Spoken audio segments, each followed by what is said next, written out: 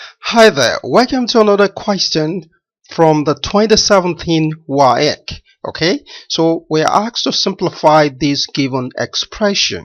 Okay, so what we're going to do is that we're going to open the brackets. Okay, and outside of each bracket we're having a negative sign, as you can see.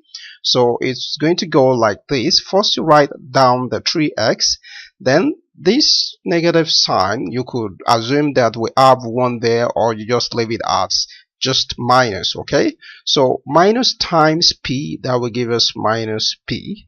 Then again, minus times the second term inside, minus x. Minus times minus will definitely give us plus. Okay, so we have plus x.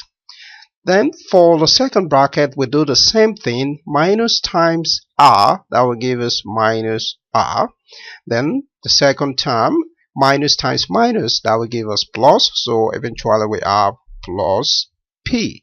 Alright, so if you look at this closely, you'll discover that minus p, okay, plus p will cancel each other out. Okay, good.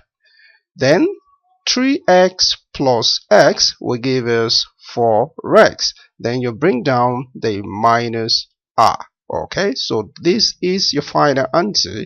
So answer option C is the right answer.